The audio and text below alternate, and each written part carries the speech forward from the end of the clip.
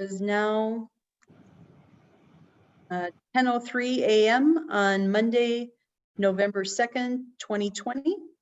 And Lorraine, if you could take the roll, please. Director DeAndrea. Here. Director Sabata. I'm here. Director Underhill. Here. City Attorney McKinney Brown. Here. And Facilities Project Manager Donikowski. Here. All right, thank you. So we'll go to the first item, which, can you pull up the agenda, please, Lorraine?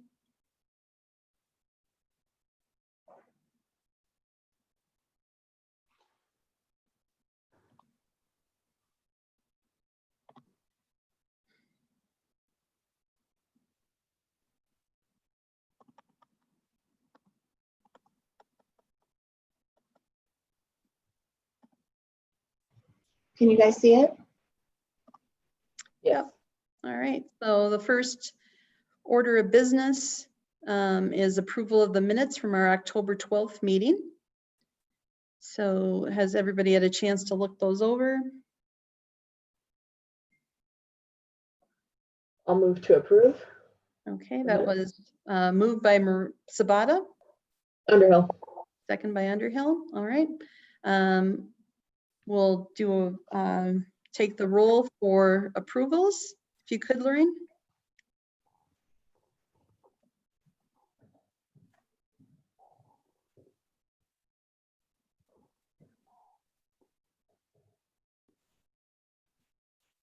I hope if I unmute. Director DeAndrea. Yes. Director Sabata. Yes. Director Underhill. Yes. All right.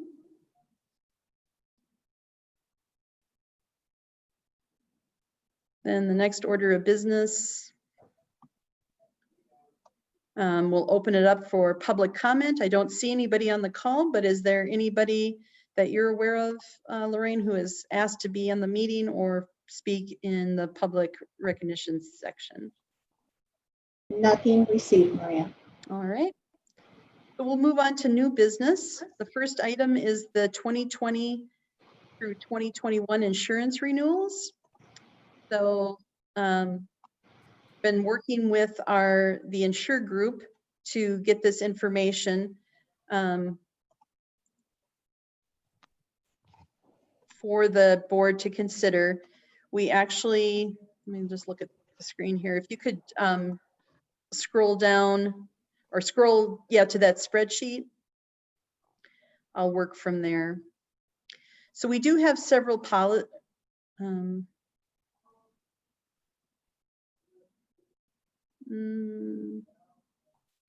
there should be a spreadsheet that compares 3 of them. Three years of history.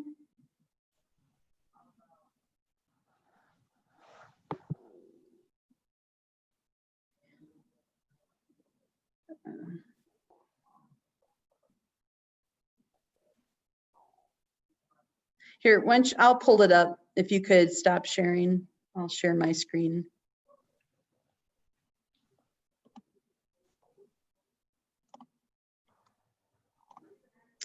All right, so as you can see here on the spreadsheet,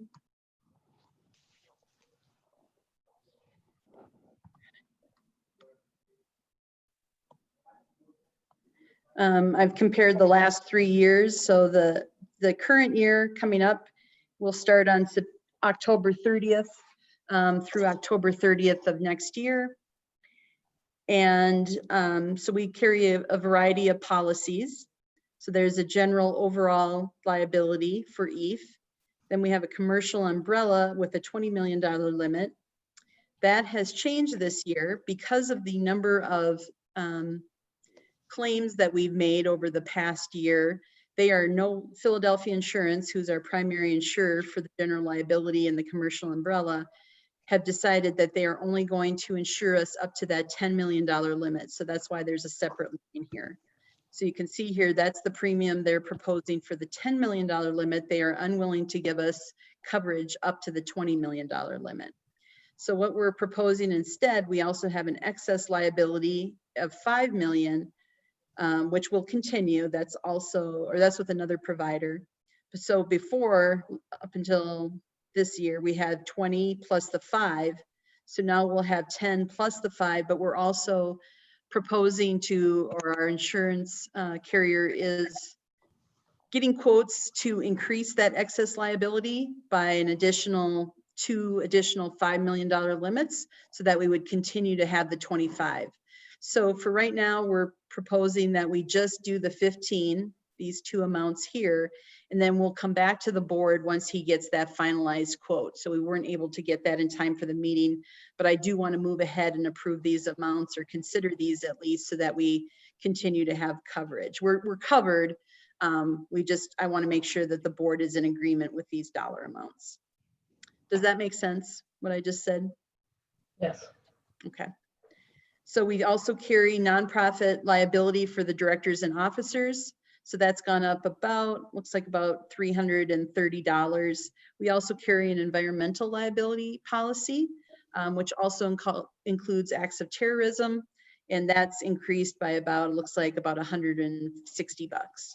So overall, you can see we still took about $9,000 increase for that general liability. Again, I think it's tied back to the number of claims that have been made.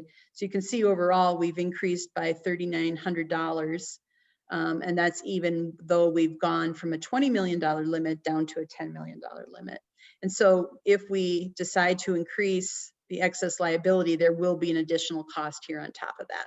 We're just not sure what that amount is yet. And again, I'll bring that back to the board. So with that, I'd make a motion to, well, let me first ask for any questions. Yes. Hi, this is Maria. Mhm. I wanted to know, why did they want to decrease that limit? And are we able to share kind of what our largest use of that was this year or in recent history? I mean, do we feel comfortable that the 10 million and the 15 will cover us? I guess that's my main concern. But if you're able to shed any light on that. Sure. In talking with our insurance provider, I think the claims were all fairly minor, but they were, excessive. They exceeded this amount, that 72, or excuse me, I guess it'd be the 63,000 by about 310%. So the total claims were probably in the range of, $200,000 to $250,000. So I think overall we have substantial coverage for any particular incident, but just given the nature of the site, they were concerned with, how we were managing that with our snow and ice contractor, which I think we have now a better handle on. They were also just concerned, I think, in general, just the number of claims. And so I think we're still interested in getting that excess liability at least up another $5 million, just because of all the people that are generally in the area coming and going. And we have a lot of foot traffic and just a lot of traffic in general on the site. I appreciate that. And I did appreciate, just the extra effort that I think you're taking and making sure that we have safety and we have protocol in place to make sure that for snow and ice over the winter is addressed. So thanks for that. Yeah. And so there's a little bit more detail. I'm going to stop sharing. And then if we can go back to the memo, or the insurance provider provided us with a letter dated October 8th, and they actually list out the claims that are in there that we received.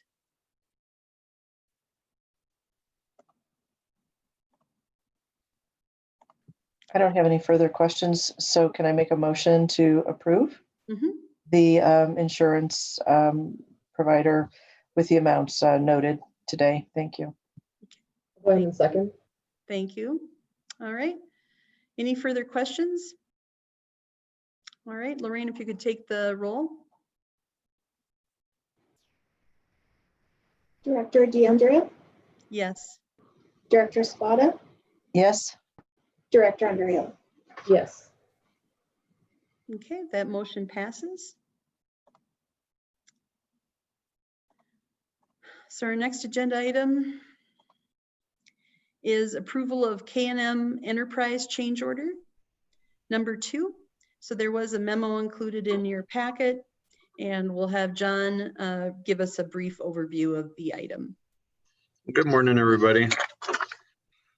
So we originally, the beginning of the season, we came up with a contract amount for the fountain services, and had anticipated when we did sign them up for the contract that there may be some additional repairs that are needed. So we monitored it through the season, and then one thing happened after the other as far as just items coming up, and it's really like basic items, just functioning items that we did. There was an incident where somebody threw a bunch of soap in one morning, so that was a pretty big expenditure getting the soap and everything cleaned up, and it was actually quite spectacular, as much as how much a container can do damage. So there were things like that. Fountain covers, there's lots of like plastic laminar covers like along the ground where the water shoots up. Those were damaged from the previous winter from snow removal equipment going over there. And then also like a lot of the pop-up pumps and tulips, pretty much like a lot of like mechanical things that were 50-50 at the start of the season, and then we just had monitored throughout the season, and they ended up coming up, and it was either we can address it now or do it later. And so I had them do all of the needed repairs, just to kind of get ahead of the maintenance for the next season coming up. So as you can see, as part of the reconciliation on the attachment of this document, you can see how the amount was determined, highlighted in yellow, the repairs versus the scheduled maintenance.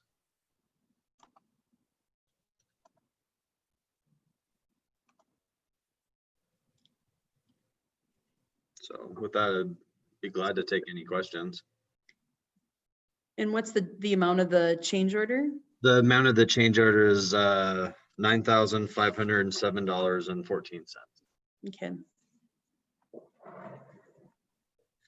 And what we're expecting to do for the next season is do a contract not to exceed amount, and perhaps go 10,000 over, just in case there are repairs, so we don't have to do future change orders, that we can get a contract put together with a not to exceed number moving forward.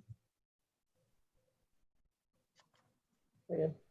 The fountain's a nice amenity, and keeping it working is also, very important. So go ahead and make a motion to approve this contract for the fountain repairs of 9,000 plus, as noted. And I will second that. It's Maria Spada. We have a motion and a second. Are there any further questions? Seeing none, we'll take the vote. Director DeAndrea, Yes. Director Sabata, Yes. Director Underhill. Yes. All right. Thank you for that. And then our final agenda item is approval to award a contract to Colorado Christmas Lights for the holiday tree lighting, which is in the oval area here, and then down Englewood Parkway to, I believe I forget the street name, but John will give us the details. So yes, so I'm trying to find my map here. So all the way down Englewood Parkway, like you said, over by starting at Walmart. So it's going to come down Englewood Parkway into the Circle Drive, Olive Circle Drive, and then also the associated trees along that street, as well as the large Christmas tree that we're putting on the platform, all included.